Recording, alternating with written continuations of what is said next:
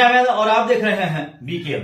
नमस्कार, मैं राजीव लोचन और आप देख रहे हैं बीकेएम न्यूज की खास कार्यक्रम कौन बनेगा हमारा नेता। इस कार्यक्रम की आज की शुरुआत हम एक ऐसे शख्सियत से करना चाहते हैं जिनको ज्यादा पहचान की जरूरत इसीलिए नहीं पड़ता क्योंकि वो अच्छे खासे एक सरकारी नौकरी जो कि ए ग्रेड का जिसमें सैलरी आता है उसको छोड़ के वो जन सेवा करने के लिए आए। जी हाँ, आप समझ गए होंगे मैं किसका बात कर रहा हूँ। जी, मैं बिना नाम बताए सीधा उनका आपसे सीधा परिचय करा देता हूँ। जी सर, सबसे पहले आपको मेरे इस चैनल में हार्दिक स्वागत। बहुत बहुत धन्यवाद और नमस्कार। आपके चैनल के माध्यम से मैं अपने क्षेत्र के समस्त नागरिकों को नमस्कार करता हूँ, प्रणाम करता हूँ। जी सर, सबसे पहले मेरा आपको एक सवाल है सर, निजी जिंदगी के ऊपर।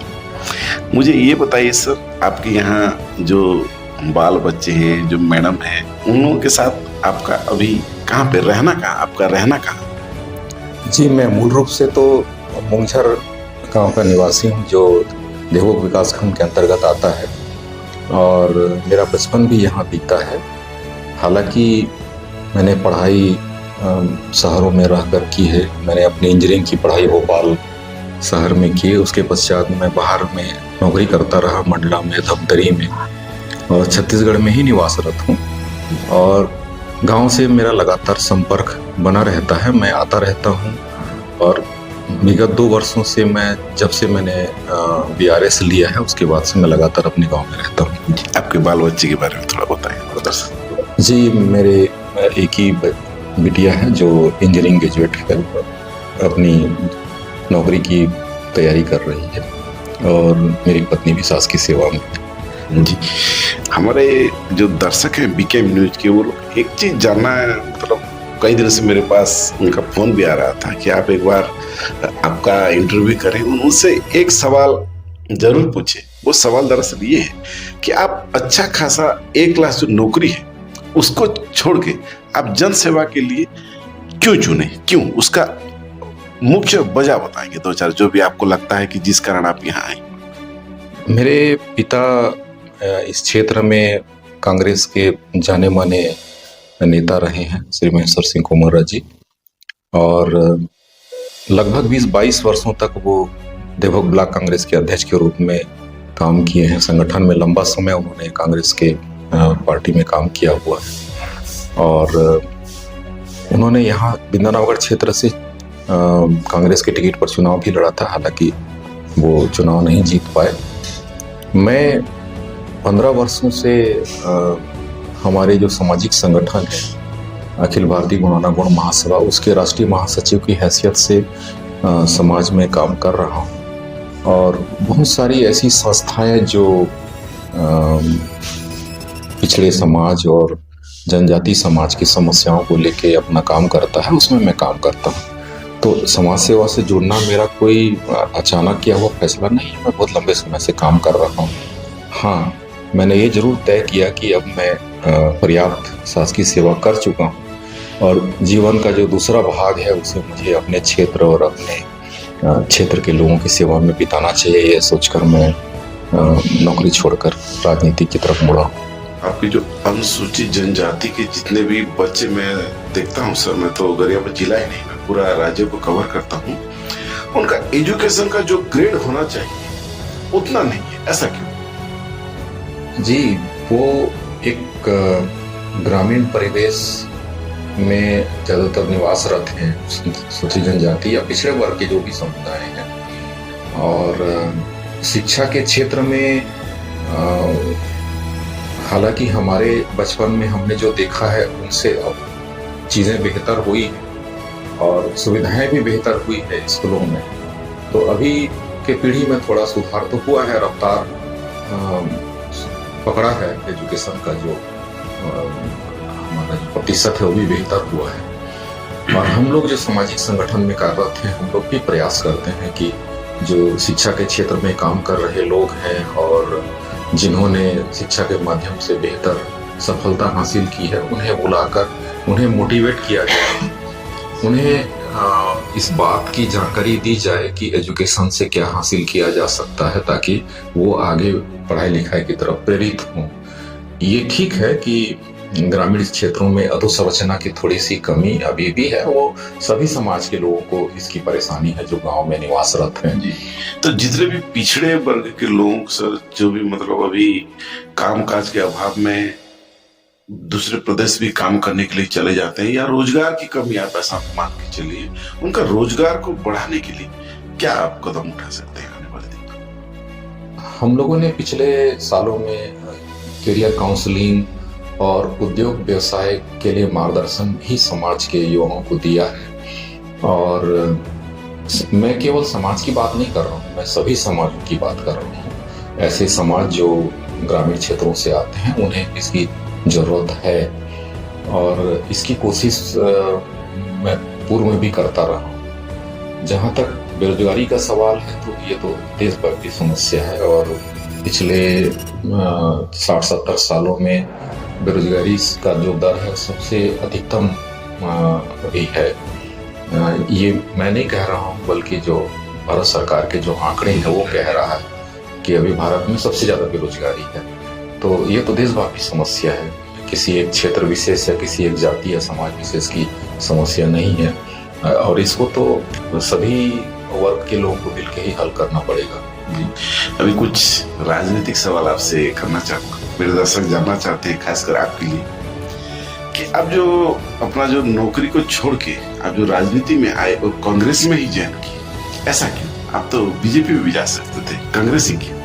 सैद्धांतिक रूप से मैं अपने आप को कांग्रेस की विचारधारा के ज्यादा करीब पाता था, और चूंकि मेरे पिता भी बहुत लंबे समय तक कांग्रेस पार्टी में, संगठन में काम किए हुए हैं, तो स्वाभाविक रूप से यह एक कदम था मेरे लिए कि मैं कांग्रेस को ही ज्वाइन करूं, और मेरी कोशिश होगी कि उसकी विचारधारा को आगे लेके जाऊं। जिस समय से हमारा देश स्वतंत्रता हासिल की, उस समय से लगभग 50-60 साल तक कांग्रेस का ही सरकार रहा। तो अभी जो आप कुछ समय पहले बता रहे थे कि लोगों के जो रोजगार की कमी पिछले 50-60 साल से ही कमी है, क्या इसके पीछे कांग्रेस है?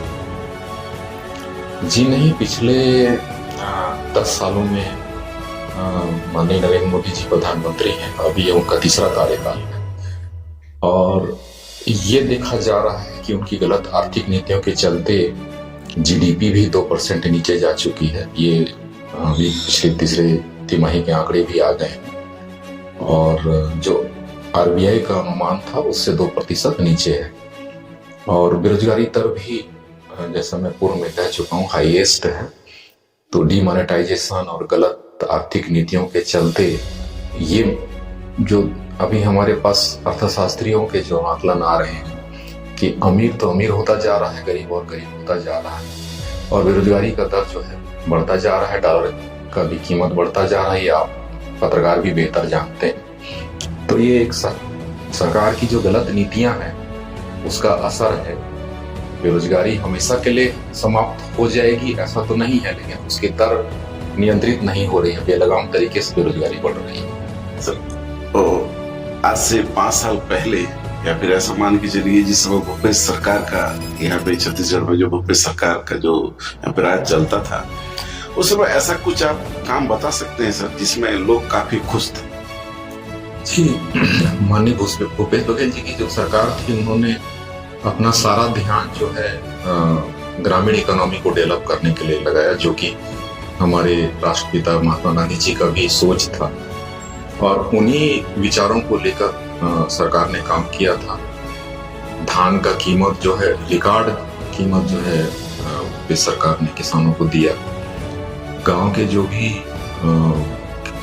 समस्याएं थी, या ये कहिए कि आर्थिक ढांचे को सुधार करने के प्रयास किए गए, चाहे वो हमारे किसानों से संबंधित जितने भी समस्या थे, ऋण माफ की गई, उन्हें धान की कीमत दी गई, करीब 52 फसलों को समर्थन मूल्य दिया गया। इससे गांव के आर्थिक ढांचे में बदलाव आया है, और आज गांव का किसान समृद्धि की ओर बढ़ा है। तो ये मैं पिछले कांग्रेस सरकार की सबसे बड़ी उपलब्धि समझता हूँ कि पलायन रोकने के लिए बहुत बड़ा कदम कांग्रेस सरकार ने उठाया था। फिर भी आज मजदूर पलायन कर रहे हैं सर, इसमें आप क्या बोले? नहीं, अब तो मैं कह रहा हूँ कि विगत 3 कार्यकाल अब ये हो जाएगा माननीय नरेंद्र मोदी जी का, तो जो केंद्र की तमाम नीतियां हैं, श्रम कानूनों में या आर्थिक नीतियों में जो काम होना चाहिए था उसमें तो काम हुआ नहीं है। अभी हाल में मनरेगा के बहुत सारे काम रोक दिए गए हैं, उनके लिए फंड भी जारी नहीं हो रही है, तो गांव में रोजगार की कमी तो दिखने लगी है। सर, 1 साल से विष्णुदेव साय का सरकार है यहाँ छत्तीसगढ़ में। अब ऐसा कौन सा जो कार्य है जिसको आपको लगता है कि वो और बेहतर कर सकते हैं? जी, माननीय विष्णुदेव साय जी ने अभी जब से मुख्यमंत्री के रूप में काम करना शुरू किया है, तो हमें आशा थी कि उनके घोषणा के अनुसार धान का कीमत एक मुश्त किसानों को दिया जाएगा, तो वो तो मिला नहीं। दूसरा, उनकी घोषणाओं में जो महत्वपूर्ण बिंदु थे कि गांव के रोजगार में बेहतरी होगी और रोड का ढांचा बेहतर होगा, अस्पतालों का ढांचा बेहतर होगा, उस पर कोई खास काम अभी दिखाई नहीं दे रहा है।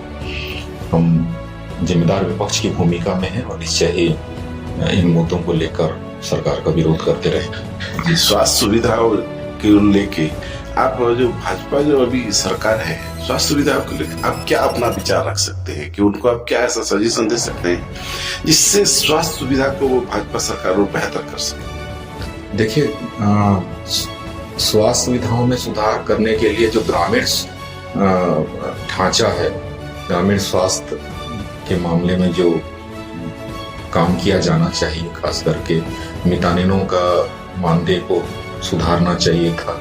गांव में जो स्वास्थ्य का नेटवर्क है उसे बेहतर किया जाना चाहिए। दूसरे, जो पीएससी हैं उनमें विशेषज्ञ चिकित्सकों की कमी है। हम खुद देखते हैं कि देवों के मरीजों को छोटी सी समस्या होती है तो वो उड़ीसा जाते हैं या रायपुर जाते हैं, तो एक गरीब आदमी के लिए बड़े शहरों में जाके इलाज कराना हमेशा बहुत कठिन काम होता है। भूपेश सरकार के समय जो सुपेबड़ा जो किडनी कांड हुआ उसमें सबसे ज्यादा मौत हुआ है सर, इसको लेकर आप क्या कह सकते हैं? देखिए, उसके बाद माननीय भूपेश बघेल की सरकार ने काफी काम किया है। मैं सुपेबड़ा स्वयं जाकर देखा हूँ, जहाँ पे पानी फ्लोराइड युक्त पानी शायद मिलता था, तो वहाँ पे उसके लिए रिमूवल प्लांट भी लगाया है। जो स्वस्थ पेयजल एक बड़ी समस्या थी, वो सुधार कर लिया गया है। दूसरा, उन्होंने वहाँ पर एक हॉस्पिटल यूनिट तैयार किया।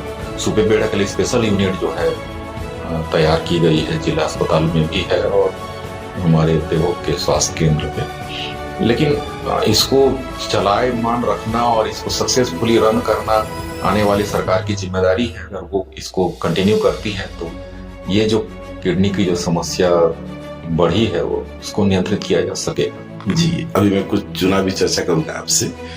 अभी जो त्रिस्तरीय पंचायती चुनाव हुआ, वो जो नगर निगम का चुनाव अभी आने वाला है, इस समय आप अपने आप को कहाँ पाते हैं? जी, मैं तो पार्टी के एक वरिष्ठ कार्यकर्ता के रूप में काम करता रहूंगा और पार्टी जैसा भी मुझे आदेश निर्देश देगी उसको पालन करूंगा। चुनाव में तो अभी मैं कोई सक्रिय रूप से खुद स्वयं चुनाव नहीं लड़ रहा हूँ। अभी इस पर कोई फैसला पार्टी के स्तर पर भी नहीं हुआ। लेकिन अगर पार्टी मुझे जिम्मेदारी देगी प्रचार के लिए और कोई बड़ी जिम्मेदारी देती है तो उसको जरूर काम करूंगा।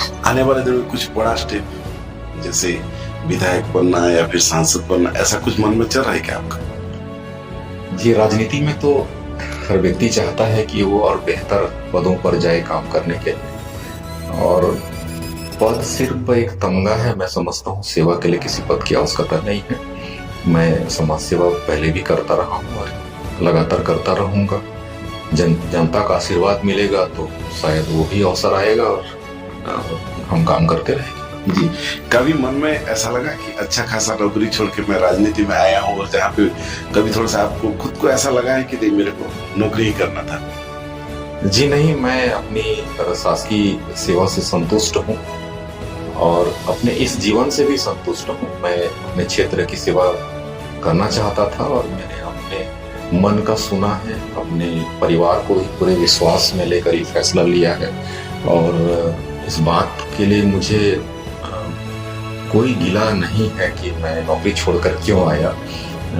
इस संबंध में मैंने अपने परिवार से चर्चा किया था कि मैं ऐसा करना चाहता हूँ। मुझे गर्व है कि मेरे परिवार ने भी इसमें मेरा साथ दिया।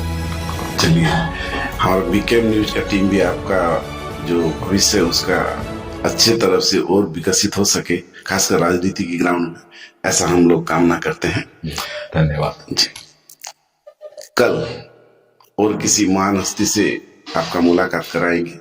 हमारा चुनावी कार्यक्रम कौन बनेगा हमारा नेता में, तब तक देखते रहिए बीकेएम न्यूज। नमस्कार।